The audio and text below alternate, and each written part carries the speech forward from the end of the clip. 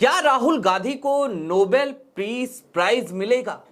Trump जो लगातार दावेदारी कर रहे थे कि उनको नोबेल मिलना चाहिए, उनको नोबेल नहीं मिला और नोबेल मिला मारिया कोरिना मचाडो। और इसके बाद लोग तुलना करने लगे हैं मारिया कोरिना मचाडो से राहुल गांधी की। दोनों के अपने अपने एफर्ट हैं अपने अपने देश में, लेकिन वाकई में दोनों के बीच एक समानता तो दिखती है। और साथ ही साथ मचाडो गांधी को मानती हैं, गांधी की बड़ी फॉलोवर हैं। सारी बातें जरा विस्तार से करने की जरूरत है और आज ये समझने की जरूरत है कि कैसे राहुल गांधी आज एक ऐसी छवि गढ़ चुके हैं जहां पर उनकी पहचान संविधान और लोकतंत्र के एक योद्धा के तौर पर होने लगी है। नमस्कार, मैं स्वप्निल और आप मुद्दा देख रहे हैं। दोस्तों, आगे बढ़ें उससे पहले एक छोटी सी अपील है। मुद्दा इन दिनों एक गंभीर आर्थिक संकट से जूझ रहा है। एक तरफ हमारे मेन बैंक अकाउंट फ्रीज चल रहे हैं, तो दूसरी तरफ हमारे 28 साल पुराने चैनल को हमसे छीना जा चुका है। ऐसे में आपसे गुजारिश है और ये अपील करना हमारी मजबूरी भी कि यदि आप चाहें और यदि आप सक्षम हो तो छोटी छोटी मदद मुद्दा की जरूर कीजिएगा। इसके लिए आप स्क्रीन पर दिख रहे क्यूआर कोड या फिर के नीचे दिख रहे यूपीआई नंबर का इस्तेमाल कर सकते हैं। अब आगे बढ़ते हैं और सबसे पहले तो मैं आपको जरा कुछ ट्वीट्स दिखाना चाहता हूं जो आज की तारीख में चर्चाओं के बायस बने रहे। कुछ ऐसे ट्वीट्स जिनमें खुलकर राहुल गांधी को लेकर यह बात कही गई कि भाई राहुल गांधी को नोबेल पीस प्राइज मिलना चाहिए। आपकी स्क्रीन पर एक ट्वीट है, यह ट्वीट है रतन आचार्य का।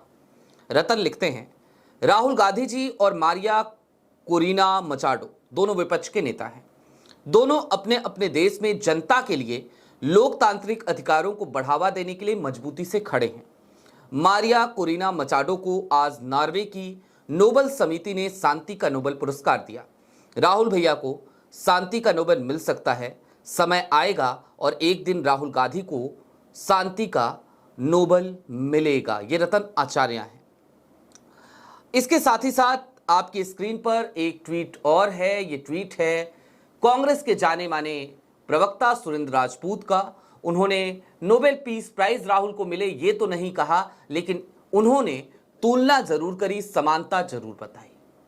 और अब मैं इसके विश्लेषण की तरफ चलूं उससे पहले मैं जरा आपको मारिया मचाडो का एक ऐसी तस्वीर दिखाना चाहता हूं जिस तस्वीर को देखकर आप ये अच्छे तरीके से समझ जाएंगे कि दरअसल ये देश या फिर कि ये दुनिया गांधी के सामने कैसे झुकती है। आपकी स्क्रीन पर 3 ट्वीट्स हैं एक साथ मारिया के। पहले ट्वीट में मारिया लिखती हैं, almost everything I do will be insignificant but it is very important that I do it. Mahatma Gandhi उनको कोट करती हैं। दूसरा ट्वीट मारिया लिखती हैं, if peace is the law of our existence the future belongs to the women Gandhi, congratulations to all. फिर एक और tweet, as soon as someone understands that obeying unjust laws is contrary to their human dignity, no ट्रायनी can dominate them. Gandhi खुलकर महात्मा गांधी के तमाम tweets, तमाम विचार, तमाम बातें वो लिखती हैं, कहती हैं कि तानाशाह दबा नहीं सकता। अब वेनेजुएला में क्या हो रहा था और आज भारत में क्या हो रहा है, जरा इसका भी विश्लेषण करना बेहद जरूरी है। आज सुबह आपको मैंने एक खबर बताई थी कि हरिओम वाल्मीकि के घर जब राहुल गांधी के सेनापति पहुंचना चाहते थे उस परिवार की आर्थिक मदद करने के लिए, तो उन्हें रोक दिया गया, गिरफ्तार कर लिया गया। जिक्र अजय राय का हो रहा है, जिक्र कांग्रेस के उन सांसदों का भी हो रहा है, उन नेताओं का भी हो रहा है जिनको हरिओम वाल्मीकि के परिवार को मदद करने से रोका गया। है ना चंभे की बात। एक ऐसा लोकतंत्र जिसे मदर ऑफ डेमोक्रेसी कहते हैं प्रधानमंत्री नरेंद्र मोदी, उस देश में एक पीड़ित परिवार के पास यदि विपक्ष के नेता पहुंच रहे हैं तो इससे भारतीय जनता पार्टी के पेट में, भाजपा की सरकार में, उत्तर प्रदेश के मुख्यमंत्री योगी आदित्यनाथ के पेट में दर्द हो रहा है। दर्द ये कि ये कैसे पहुंच गए, ये क्यों पहुंच गए। और इन सब के बीच अब जरा थोड़ी देर के लिए और ठहरिए और समझने की कोशिश कीजिए कि इसके साथ साथ और क्या क्या हो रहा है। आपने देखा था राहुल गांधी ने सदन में आवाज उठाई अडानी के मसले पर, और उसके कुछ दिनों के बाद ही एक खबर आती है सूरत के कोर्ट से कि राहुल गांधी को 2 साल की सजा मिल गई। मानहानि का मुकदमा, और उसमें अधिकतम सजा। मानहानि के मुकदमे में सजा मिले और मानहानि के मुकदमे की वजह से किसी की सांसदी छिने, ये पहला केस था। ये भी इस देश में हुआ। गुजरात हाई कोर्ट से भी राहुल को झटका लगा, सुप्रीम कोर्ट में जाकर के राहुल को राहत मिली। हमने देखा है वो दौर। और आज की तारीख में राहुल गांधी जिन मुद्दों पर बात करते हैं वो मुद्दे क्या हैं? तो वो मुद्दे हैं पिछड़े, दलित, अल्पसंख्यक, शोषित, वंचित वर्ग के अधिकारों की, उनकी समानता की, उनकी आवाज को मजबूती से उठाने की, उनको आवाज देने की, और साथ ही साथ उनको उनके अधिकारों तक पहुंचाने की। राहुल गांधी ये सारी बातें क्यों कर रहे हैं? राहुल गांधी का क्या स्वार्थ है इसमें? जवाब है कुछ भी नहीं। राहुल गांधी क्या चाहते हैं ये सब करके? जवाब है कुछ भी नहीं। क्या राहुल गांधी ये सब कुछ इसलिए कर रहे हैं ताकि वो प्रधानमंत्री बन जाएं? तो जीवन में राहुल गांधी के पास ये अवसर भी 2009 में आया था, वो प्रधानमंत्री बन सकते थे, नहीं बने। आज की तारीख में राहुल गांधी नेता प्रतिपक्ष हैं, लीडर ऑफ अपोजिशन हैं, और लीडर ऑफ अपोजिशन के तौर पर अगर राहुल गांधी को आप आंकें तो अब तक के जितने भी लीडर ऑफ अपोजिशन रहे उन सब में एक पलड़ा भारी राहुल गांधी का दिखाई देता है। और समझने की जरूरत यह भी है कि क्यों दिखाई देता है, क्योंकि राहुल गांधी जनता से जाकर कनेक्ट करते हैं, देश की आवाम को गले लगाते हैं, उनकी समस्याओं को समझते हैं, उस पर बात करते हैं। वेनेजुएला में मचाडो ने भी तो यही किया।